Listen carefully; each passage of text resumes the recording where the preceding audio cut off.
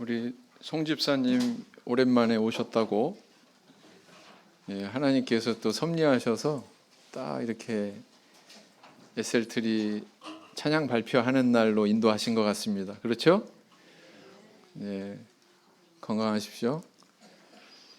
예수 그리스도 이름으로 하나님 말씀 증거하겠습니다. 이 시간 같이 은혜 나누실 말씀 사무엘하 3장 22절에서 39절까지 말씀이 되겠습니다. 사무엘하 3장 22절에서 39절까지의 말씀 제가 낭독하도록 하겠습니다. 다윗의 신복들과 요압이 적군을 치고 크게 노력한 물건을 가지고 돌아오니 아브넬은 이미 보냄을 받아 평안히 갔고 다윗과 함께 헤브론에 있지 아니한 때라. 요압과 그 함께한 모든 군사가 돌아오매 혹이 요압에게 고하여 가로되 내레의 아들 아브넬이 왕에게 왔더니 왕이 보냄에 저가 평안히 갔나이다. 요압이 왕에게 나아가 가로되 어찌하심이니까? 아브넬이 왕에게 나와왔거늘 어찌하여 저를 보내어 잘 가게 하셨나이까? 왕도 아시려니와 내레의 아들 아브넬에 온 것은 왕을 속임이라. 왕에 출입하는 것을 알고 모든 하시는 것을 알려 함이니이다 하고, 이에 다윗에게서 나와서 사자들을 보내어 아브넬을 쫓아가게 하였더니 시라 우물가에서 저를 데리고 돌아왔으나 다윗은 알지 못하였더라. 아브넬이 헤브론으로 돌아오매 요압이 더불어 종용이 말하려는 듯이 저를 데리고 성문으로 들어가서 거기서 배를 찔러 죽이니 이는 자기의 동생 아사엘의 피를 인함이더라. 그 후에 다윗이 듣고 이르되 내레의 아들 아브넬의 피에 대하여 나와 내 나라는 여호와 앞에 영원히 무죄하니 그 죄가 요압의 머리와 그 아비의 온 집으로 돌아갈지어다. 또 요압의 집에서 백탁병자나 문둥병자나 지팡이를 의지하는 자나 칼에 죽는 자나 양식이 핍절한 자가 끊어지지 아니할지로다 하니라. 요압과 그 동생 아비새가 아브넬을 죽인 것은 저가 기브온 전쟁에서 자기 동생 아사엘을 죽인 까닭이었더라. 다윗이 요압과 및 자기와 함께 있는 모든 백성에게 이르되 너희는 옷을 찢고 굵은 배를 띠고 아브넬 앞에서 애통하라 하니라. 다윗 왕이 상여를 따라가서 아브넬을 헤브론에 장사하고 아브넬의 무덤에서 소리를 높여 울고 백성도 다 우니라. 왕이 아브넬을 위하여 애가를 지어 가로되 아브넬의 죽음이 어찌하여 미련한 자의 죽음 같은고? 내 손이 결박되지 아니하였고 내 발이 착고에 채이지 아니하였거늘 불의한 자식의 앞에 엎드러짐 같이 내가 엎드러졌도다 하매 온 백성이 다시 그를 슬퍼하여 우니라. 석양에 뭇 백성이 나와 다윗에게 음식을 권하니 다윗이 맹세하여 가로되 내가 해지기 전에 떡이나 다른 것을 맛보면 하나님이 내게 벌 위에 벌을 내리심이 마땅하니라 하매 온 백성이 보고 기뻐하며 왕이 무슨 일을 하든지 무리가 다 기뻐하므로 이 날에야 온 백성과 온 이스라엘이 내레의 아들 아브넬을 죽인 것이 왕의 한 바가 아닌 줄을 아니라. 왕이 그 신복에게 이르되 오늘 이스라엘의 방백이요 또는 대인이 죽은 것을 알지 못하느냐? 내가 기름 부음을 받은 왕이 되었으나 오늘날 약하여서 수르야의 아들인 이 사람들을 제어하기가 너무 어려우니 여호와는 악행한 자에게 그 악한 대로 갚으실지로다 하니라. 미국이 이제 이라크하고 전쟁을 할 때에 일어났던 실화입니다. 미 공군의 제프 패튼이라고 하는 이런 중령이 이라크 북부에 있는 화학 무기 공장을 폭격하도록 그런 임무를 부여받고 출정을 하게 됐죠. 그런데 이제 전투기를 몰고 목표 지점에 접근하는 과정에서 적군의 레이더망에 그만 발각되고 말았던 것입니다. 전투기를 급선회시켜서 레이더망은 가까스로 이렇게 빠져나왔는데 다른 문제가 발생을 했습니다. 그것은 바로 이 조종관을 붙들고 있는 이 중령의 귀에 반고리관, 달팽이관이라고 그러죠.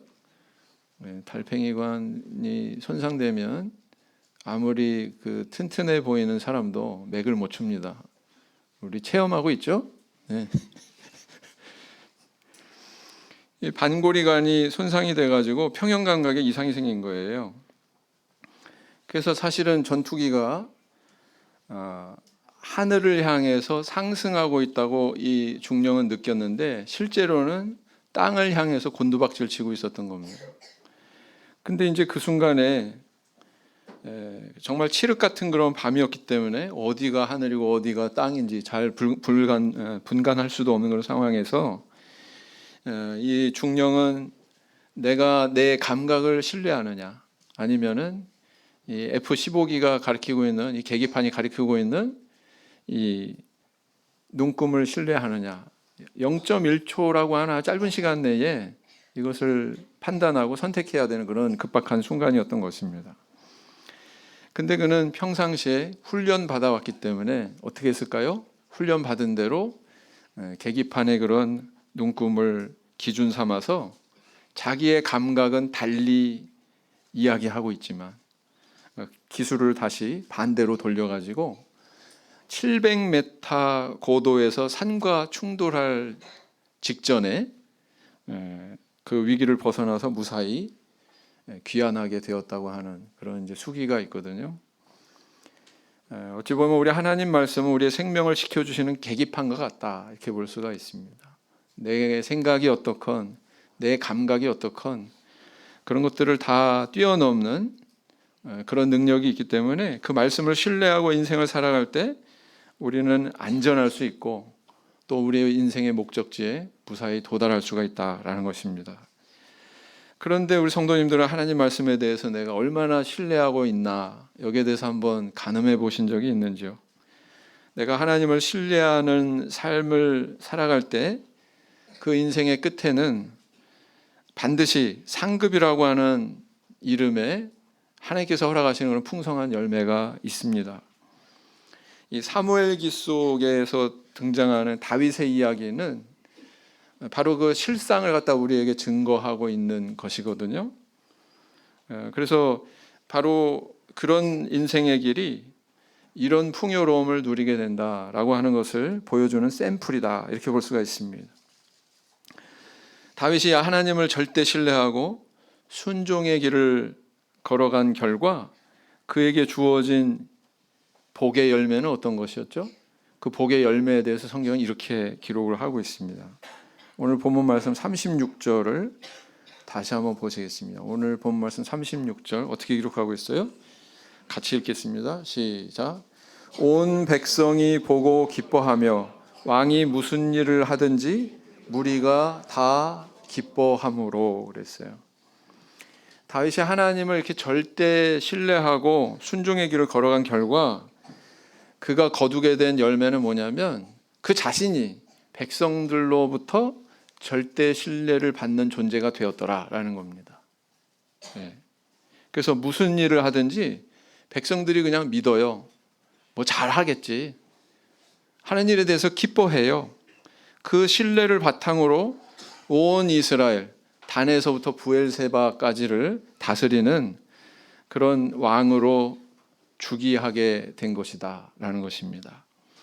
오늘날 우리는 2024년이라고 하는 동일한 이 시간에 청주시라고 하는 동일한 공간에 살아가고 있지만 육적으로는 우리가 이렇게 같은 시대 같은 공간에서 살아가고 있지만 영적으로 우리는 전혀 다른 세계에서 살아갈 수도 있습니다. 나는 어떤 세계에 살고 있습니까? 하나님은 우리가 어떤 세계 속에 살기를 원하실까요? 오늘은 이 동시대의 역사 속의 인물로 등장했던 세 사람, 아브넬, 요압, 다윗의 모습을 통해서 함께 생각하고 은혜를 나누는 시간을 가지고자 합니다.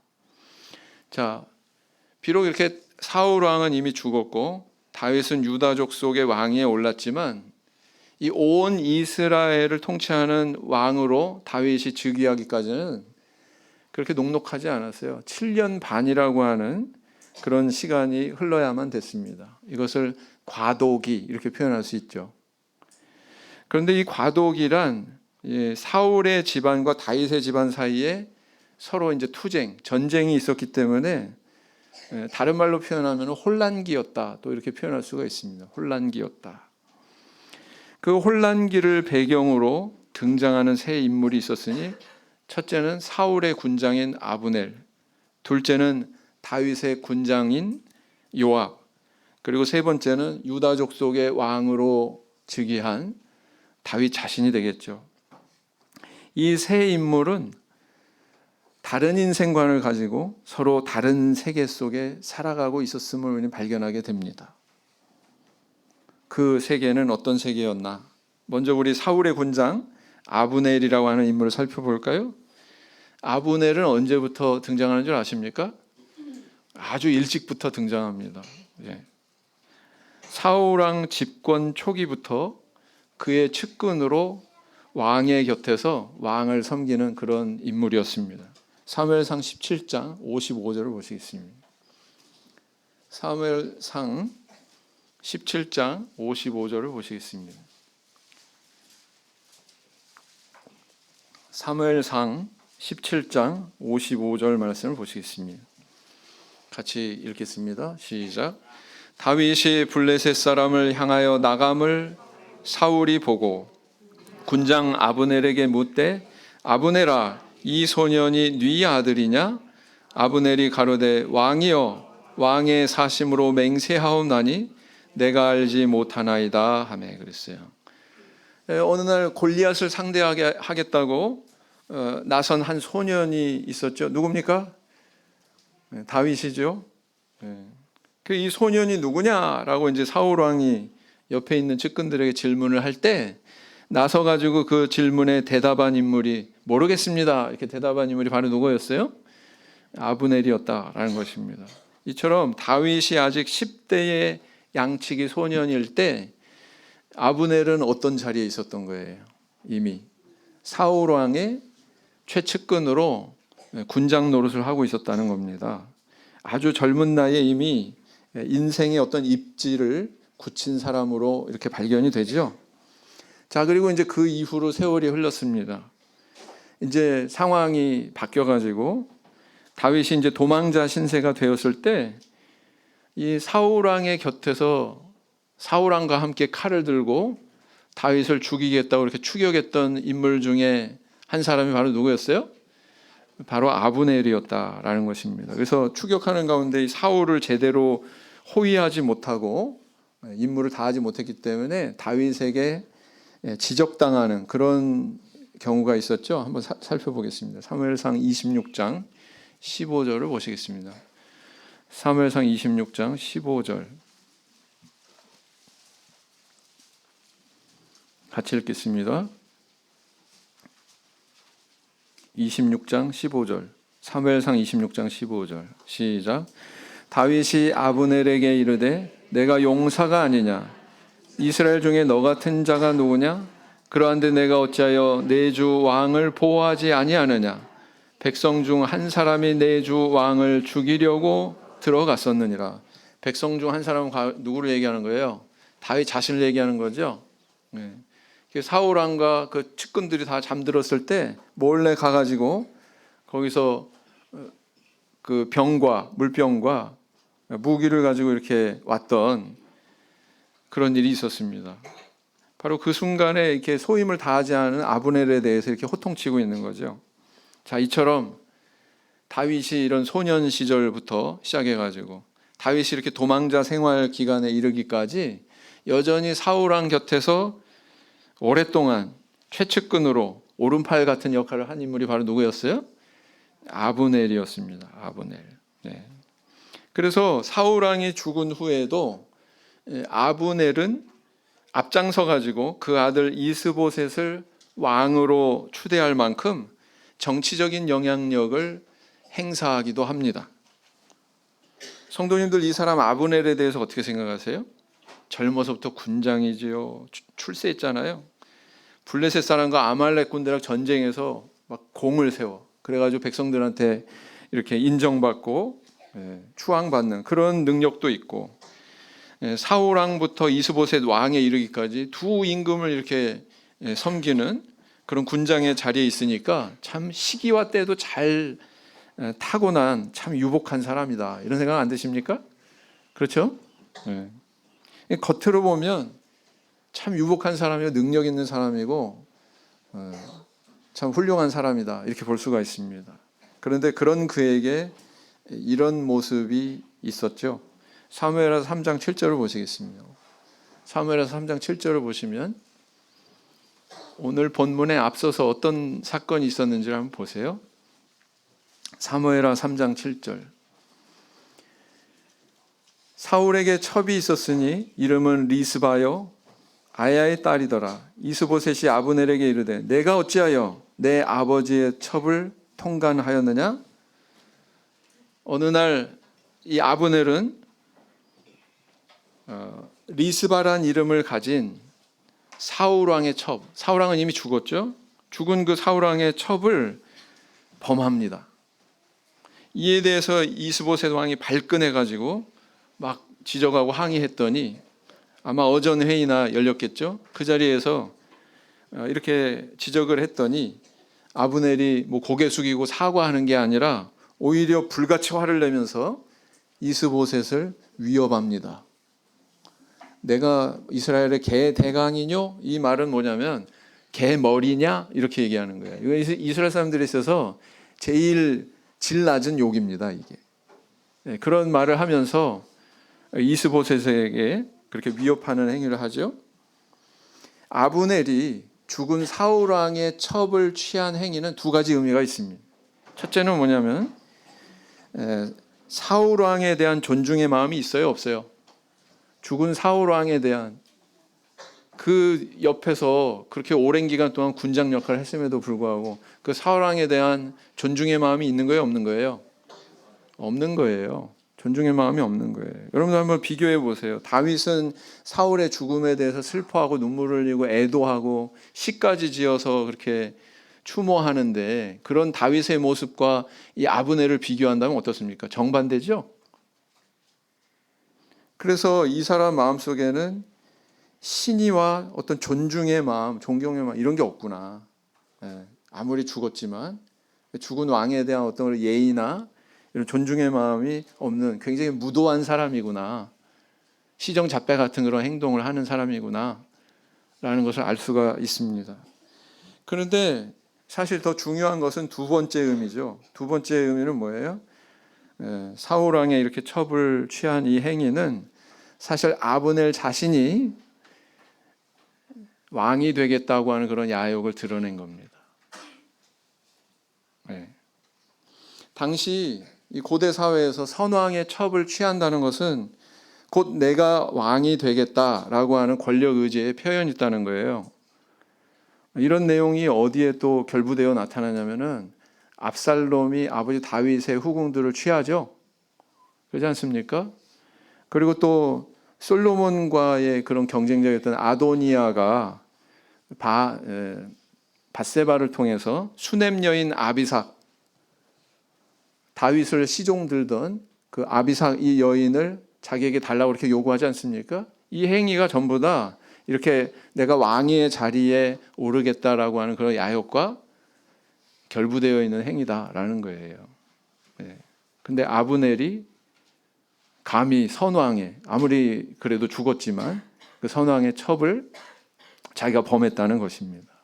여기에 그의 이런 검은 야욕이 감춰져 있었다는 거죠. 아마 이스보셋은 그 이야기를 듣고, 야, 내가 아무리 허수아비 왕이지만 이 너무했다, 선을 넘었다, 도가 지나치네, 작심을 하고 아마 이야기를 한 것 같아요.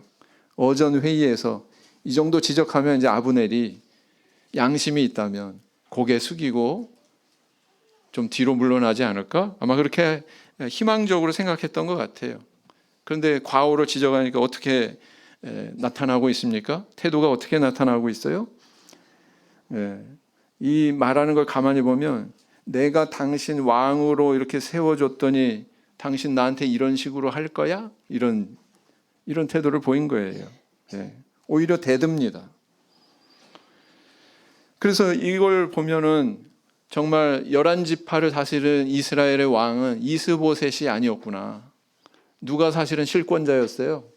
왕은 허수아비고, 이 아브넬이 사실은 왕 행세했던 것입니다. 마치 박모 대통령 밑에서 최모 씨가 여기 청주 교도소에 있죠. 국정농단의 주역이 되었던 것처럼 이 아브넬이 바로 그런 역할을 하고 있다는 것을 우리는 볼 수가 있습니다. 그런데 이렇게 둘 사이의 관계가 틀어지자마자 아브넬은 어떻게 행동하고 있어요? 누구를 찾아갑니까? 그게 바로 오늘 본문에 나타나는 거예요. 아브넬이 유다의 왕 다윗을 찾아가게 되죠. 그리고 이렇게 말합니다. 21절. 오늘 읽은 본문의 바로 앞절입니다. 21절. 아브넬이 다윗에게 고하되 내가 일어나 가서 온 이스라엘 무리를 내 주 왕의 앞에 모아 더불어 언약하게 하고 마음에 원하시는 대로 모든 것을 다스리시게 하리이다. 이에 다윗이 아브넬을 보내매 저가 평안히 가니라 그랬어요. 다윗 왕 앞에 와서 지금 뭘 얘기하고 있는 겁니까? 내가 당신을 온 이스라엘을 다스리는 그런 왕이 되게 해주겠다. 이렇게 얘기하고 있는 거예요. 왜 여기 아브넬이 나타나야 돼요? 정상적이라면 누가 나타나서 이야기해야 됩니까? 이스보셋이 나는 능력이 안 되니 백성들의 신망을 받고 있는 당신이 왕이 되주시오. 내가 다 이 백성들이 당신과 언약하고 전국을 다스리는 왕이 되도록 내가 주선하겠습니다. 이 말을 왜 아브넬이 하냐고요. 사실 정상적이라면 이스보셋이 해야지. 누가 지금 왕 행세하고 실권을 쥐고 있는 거예요? 아브넬이 지금 그렇게 하고 있는 겁니다. 그래서 이 말은 이스보셋을 왕으로 세웠듯이 내가 당신을 온 이스라엘의 왕으로 만들어 드리겠습니다. 내가 킹메이커 역할을 해줄게요. 이렇게 지금 제안을 하고 있는 겁니다. 그러니 당신 권력 밑에서 한 단계 더 나간다면 이 의미는 뭐냐면 당신의 권력 밑에서 나도 2인자로 계속 행세할 수 있도록 보장해 주시오. 이 의미가 여기에 담겨 있는 겁니다. 이제 이스보셋 가지고는 안 되겠다. 판단한 거죠. 관계가 틀어지니까. 다윗한테 지금 붙은 거예요. 여러분, 아브넬이 어떤 세계 속에 살고 있습니까? 어떤 사람으로 보이세요? 마치 조류와 포유류를 오가면서 나는 새예요. 나는 짐승이에요. 이렇게 때에 따라서 달리 행세하는 박쥐처럼. 그죠? 그렇게 행세하고 있지 않습니까? 자기의 권력욕을 채울 수만 있다면 이 당 저 당을 떠돌면서 간에 붙었다 쓸개 붙었다 하는 국회의원들 가운데 그런 사람들이 있죠.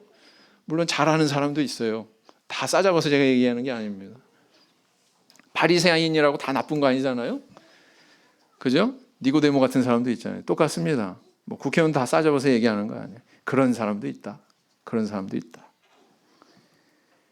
자기 이익을 위해서라면 오늘의 적을 아군으로 만들고 아군을 적으로 만드는 그런 기회주의자였구나. 누가요? 아브넬이. 이런 세계 속에 살고 있었구나라는 것을 알 수가 있습니다.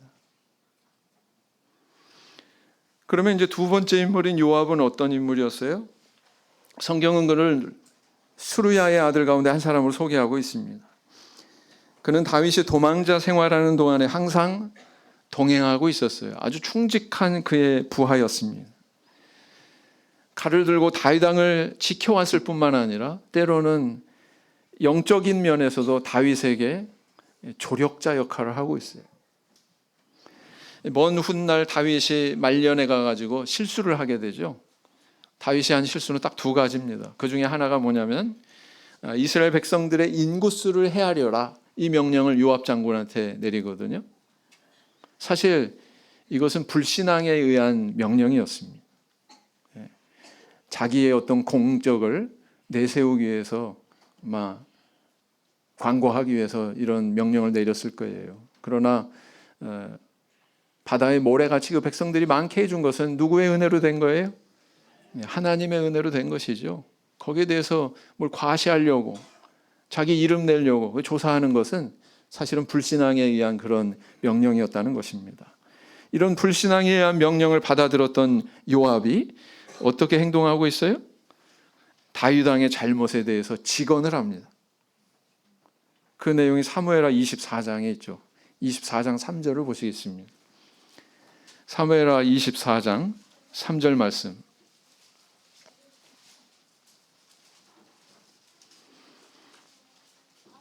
사무엘하 24장 3절 말씀이 되겠습니다. 같이 읽겠습니다. 시작. 요압이 왕께 고하되 이 백성은 얼마든지 왕의 하나님 여호와께서 100배나 더하게 하사 내 주 왕의 눈으로 보게 하시기를 원하나이다.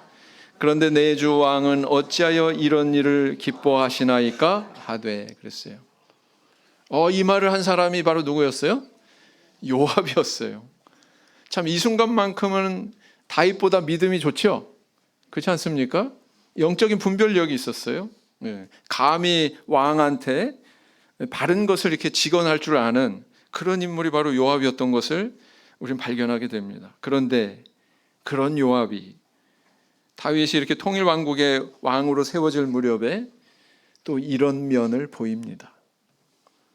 어느 날 전쟁에서 복귀했더니 주변 신하들이 상황을 보고하는데 어떤 상황이냐면은 여기 아브넬이 왔었어요. 아브넬이 왔었는데 다윗 왕께서 그냥 그대로 살려가지고 돌려보내 주네요. 이렇게 보고를 합니다. 아마도 뭐가 있었는지도 보고했을 거예요. 둘 사이에 어떤 대화가 있었는지, 어떤 약속을 하고 갔는지, 그런 것도 전달이 됐을 것입니다. 그런데 이것을 들은 요압은 나중에 어떻게 행동하고 있습니까? 왕명도 없이 왕이 모르게 전령을 보내서 아브넬을 다시 불러들입니다. 되돌아오게 합니다. 그리고 이제 되돌아온 그를 은밀히 유인해 가지고 살해하죠. 죽여버립니다. 이 성경은 그가 아브넬을 죽인 이유에 대해서 이렇게 밝히고 있어요. 사무엘하 2장 22절. 사무엘하 2장 22절.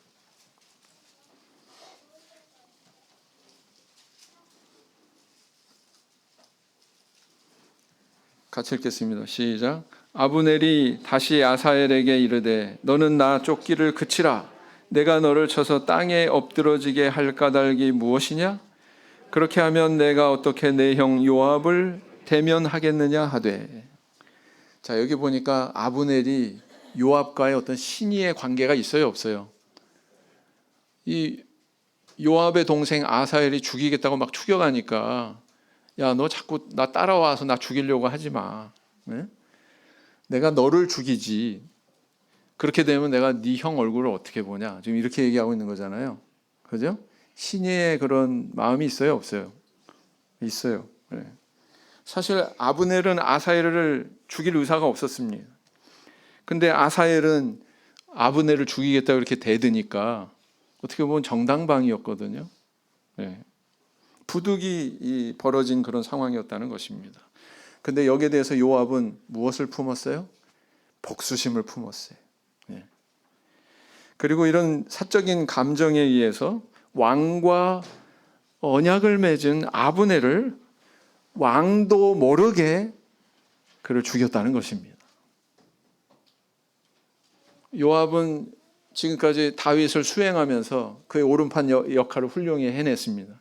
근데 이 순간만큼은 어때요? 왕이 제어할 수 있었어요, 없었어요? 없었어요. 왕을 존중했어요, 안 했어요? 만약에 왕을 존중한다면 이렇게 행동하면 안 되죠. 어디 감히? 네? 왕의 뜻을 무시하고 왕의 명령도 없이 왕도 모르게 이렇게 사람을 죽일 수 있단 말입니까? 네. 사실은 이 아브넬을 죽인 가려진 이유도 있습니다. 단순히 내 동생 죽였기 때문에 저놈 죽여야지 한 게 아니라는 거예요. 무슨 뜻입니까? 만약에 다윗과 아브넬이 이 언약의 관계가 이렇게 성사가 돼요. 킹메이커 역할을 하고 왕이 온 이스라엘 다스리는 왕이 된다면 요압의 입지는 어떻게 될까요? 또 아브넬은 어떤 자리를 꿰차게 될까요? 이제 더 이상 다윗의 최측근은 요압이 아니라 아브넬로 바뀌는 것을 의미했습니다. 그것은. 그러니까 요압은 이것을 직감하고 자기의 정치적 입지가 무너지는 것을 막기 위해서 권력의 경쟁자인 아브넬을 죽였던 것입니다. 이와 같은 사실에서 우리는 뭘 알 수 있어요? 요압은 그동안의 행보로 봐서 다윗을 수행하는 충직한 그런 신복임에 틀림없습니다. 그러나 그가 살아간 세계는 다윗의 그것과 같지 않았다라는 거예요. 그의 마음속에 복수심이 생기면 그런 악한 감정 때문에 앞뒤 생각도 안 하고 내가 이것을 왕을 존중하는 것인지 왕의 명령에 순종하는 것인지에 대해서 생각도 안 하고 그냥 막 실행해 버리는 럭비공 같은 그런 어디로 튈지 모르는 그런 행보를 보였다는 것입니다. 요압이. 그렇죠? 아마 굉장히 감정주도적인 그런 사람이었던 것 같아요. 예. 그래서 이런 요압에 대해서 다윗은 나중에 이렇게 말합니다. 3장 39절. 오늘 마지막 절에 어떻게 기록하고 있어요? 오늘 본문 마지막 절에 같이 읽겠습니다. 시작. 내가 기름 부음을 받은 왕이 되었으나 오늘날 약하여서 수르야의 아들인 이 사람들을 제어하기가 너무 어려우니 여호와는 악행한 자에게 그 악한 대로 갚으실지로다 하니라 그랬어요. 이거 뭐 악행을 해도 어떻게 제어할 힘이 없어요. 다윗한테. 다윗 왕은 왕이잖아요. 마땅히 제어가 되어야 될 거 아니에요. 제어가 되지 않습니다. 명령도 무시하고 함부로 행하지 않습니까? 이게 한두 번이 아니에요. 나중에 압살롬 왕자 다윗의 아들에 대해서 다윗이 어떤 명령을 내립니까? 야, 죽이지 마. 생포해 와. 그러지 않았습니까?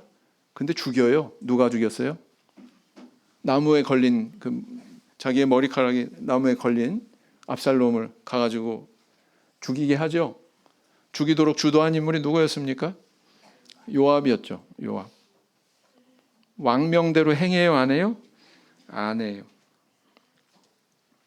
그래서 이렇게 복수심에 이끌려, 분노에 이끌려, 경쟁심에 이끌려 남 짓밟고 그렇게 마치 전쟁터 같은 그런 세상 속에서 살고 있는 인물 바로 누구였냐면 요압이었다는 것입니다.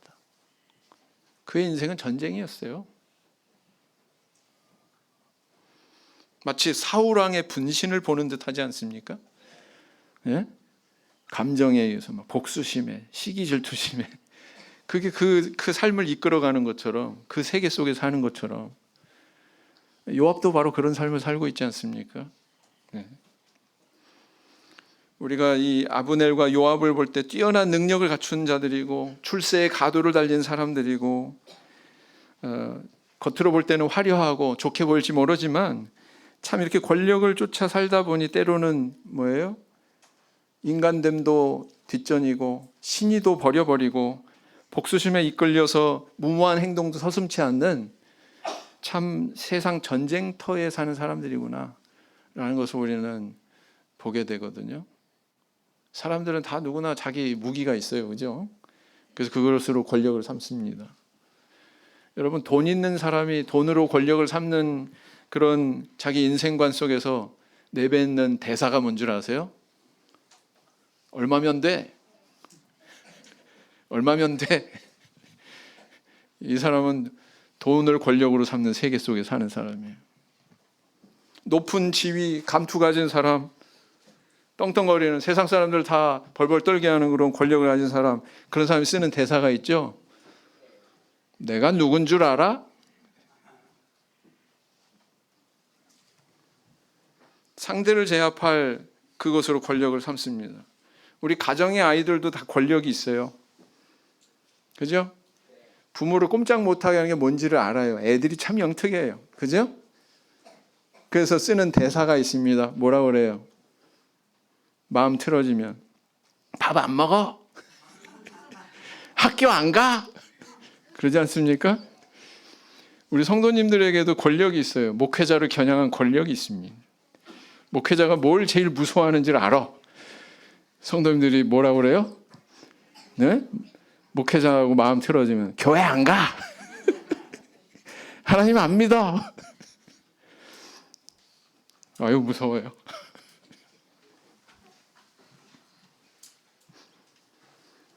우리 성도님들 어떤 세계 속에 살고 계세요? 다음은 세 번째 인물이 있습니다. 다윗이 있죠. 다윗 왕은 과연 어떤 세계 속에 사는 인물이었습니까?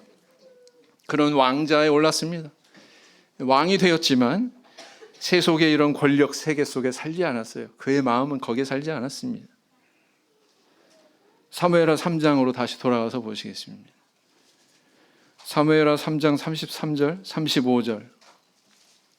왕이 아브넬을 위하여 애가를 지어 가로되 아브넬의 죽음이 어찌하여 미련한 자의 죽음 같은고 내 손이 결박되지 아니하였고 내 발이 착고에 채이지 아니하였거늘 불의한 자식의 앞에 엎드러짐 같이 내가 엎드러졌도다 하매 온 백성이 다시 그를 슬퍼하여우니라.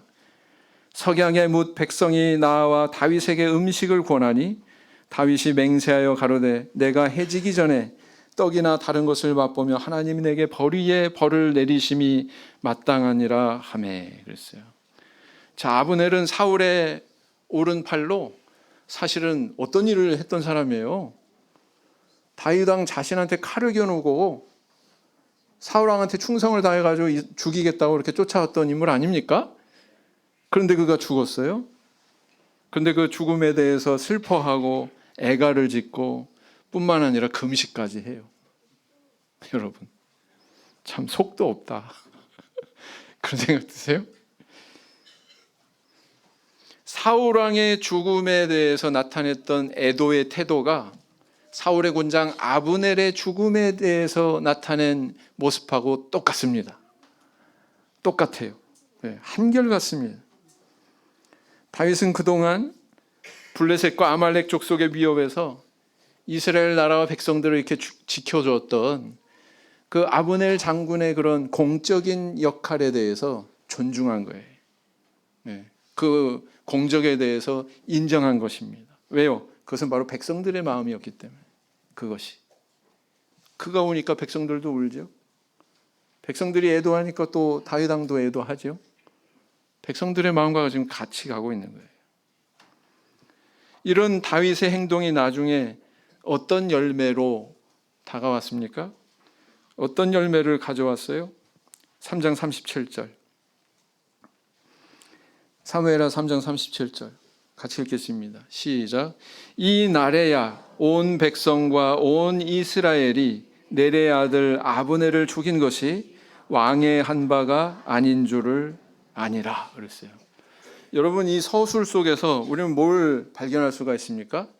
아브넬 피살 사건에 대해서 백성들이 오해를 일으켰구나라는 걸 알 수 있어요, 없어요?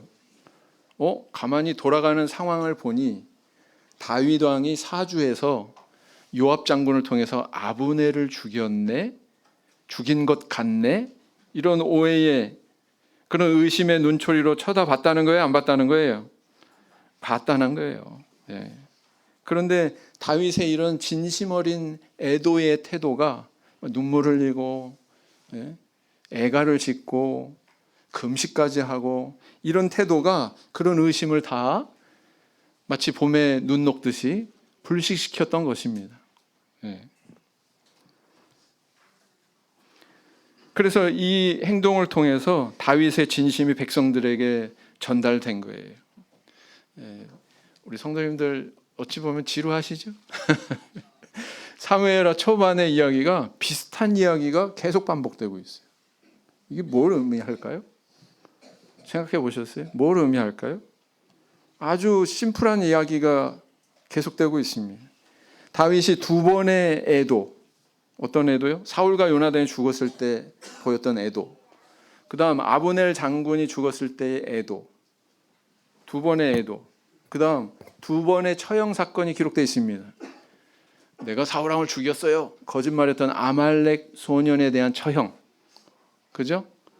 그 다음에 또 이스보셋을 죽인 바나와 레갑, 마치 상을 받을 것처럼 아마 상상을 했겠죠. 그들은 그런 세계 속에 살았으니까. 그런데 오히려 거기에 대해서 책임을 묻고 죄를 물어서 처형하죠.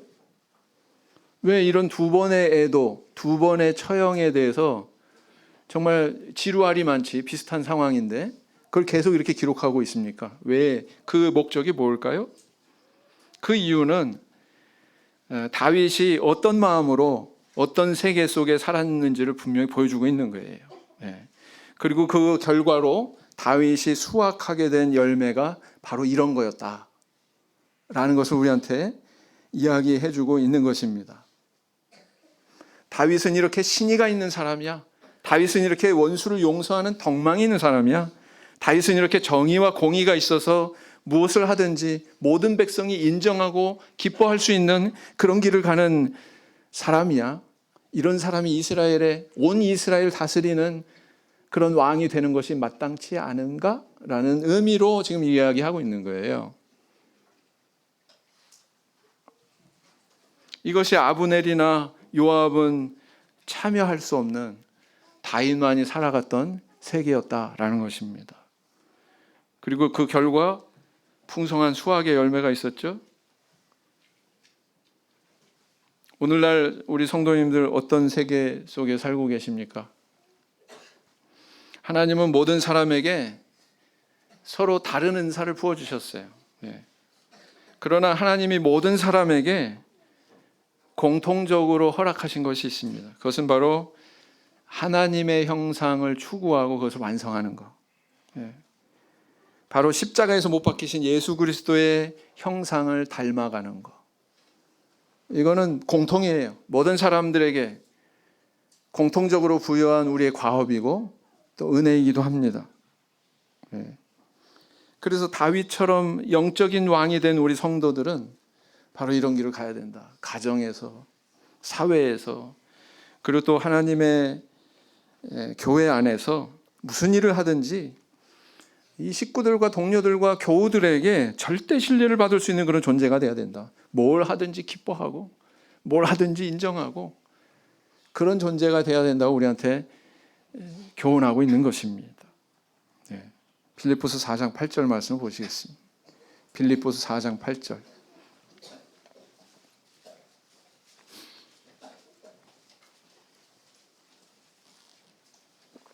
빌립보서 4장 8절. 빌립보서 4장 8절. 같이 읽겠습니다. 시작.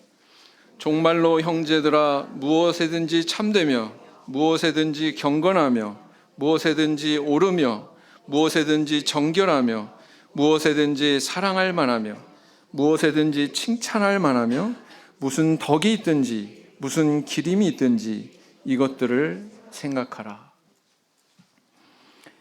사람들은 자기가 사랑하는 세계 속에 살게 돼 있어요. 자기가 눈으로 보고 귀로 듣고 인식하는 그 세계 속에서 살게 돼 있어요. 그거 밖에 거는 생각을 못하고 살지도 못합니다. 네. 기독교 신앙들, 오늘날 그 교회, 우리 참여수교회 밖에 기독교 신앙인들은 자기가 사랑하는 세계관을 가진 교회를 찾아서 그 안에서 살아가요. 네. 재물로 권력을 삼고 장로, 집사, 무슨 직분으로 어떤 그런 권력에 탑쌓기를 좋아하는 그런 사람들은요, 그런 교회 찾아갑니다. 그런 교회 찾아가요. 네. 그런 것으로 쌓아 올린 교회를 당연하게 여기고 좋게 봅니다. 그래서 그런 교회 찾아가거든요. 그런데 우리 교회는요, 정말 정결한 처녀 같은 참회수 교회는요, 여러분 우리 참회수 교회 좋습니까? 바벨론 같은 그런 타락한 교회를 나가는 것은 바로 그 세계를 좋아하기 때문에, 그 세계 속에 살기를 원하기 때문에 거기 가는 거예요. 네. 그건 뭐 우리가 능력이 없어서, 네? 하나님이 힘이 없으셔서 그런 현상이 일어나는 게 아니고 그것은 인간들의 선택이기 때문에 그런 겁니다. 네. 이 자리에 우리 성도님들 바벨론에서 하나님의 나라로 이민 온 분들이에요. 다 그렇게 믿으십니까? 다 이민 온 분들이에요. 뒤돌아보지 마시기 바랍니다. 우리가 살아갈 세계는 이 바벨론이 아닙니다. 저 하늘에 속한 영원한 천국입니다. 그곳에 우리 살아야 되지 않겠습니까? 이 다음에가 아니고요, 지금 이 삶의 현장에서 우리가 살아가야 되는 세계는 바로 이 안에 있습니다. 오늘 우리 성도님들 어떤 세계 속에 살고 계십니까? 아브넬이나 요압과 같이 욕망에 이끌려서 신의도 저버리고 악감정에 이끌려서 이리저리 배회하고 칼 휘두르고 그런 전쟁터에서 사시길 원하세요? 아니요. 그것은 하나님이 우리에게 허락하시고 우리가 누리기를 원하시는 그런 곳이 아닙니다. 우리 성도님들은 그런 곳에 사셔서는 안 된다는 거예요. 마치 다윗이 살아갔던 것처럼 정말 하나님께서 원하시는 인애와 정직과 공의가 지배하는 그런 세계 속에서 살아갈 때 하나님께서는 우리에게 우리 인생의 끝에 풍성한 열매를 수확하게 하실 것입니다. 쉽지만은 않죠. 난 정말 가족 전도하고 싶은데 나의 작은 성의가 이렇게 무참히 짓밟히기도 하고, 그죠? 나의 성의가 이렇게 왜곡되기도 하고 오해받기도 하고 다윗 왕처럼 말이죠. 그러나 묵묵하게 그것을 지키고 나아갔을 때, 나의 세계를 지키고 나아갔을 때 하나님께서는 우리에게 이렇게 마지막에 선한 결과로 보응해 주신다는 것입니다. 믿으십니까? 네. 이런 아름다운 일의 주역이 되시고 복의 열매를 수확하시는 저와 우리 성도님들 다 되시기를 예수님 이름으로 기원드립니다.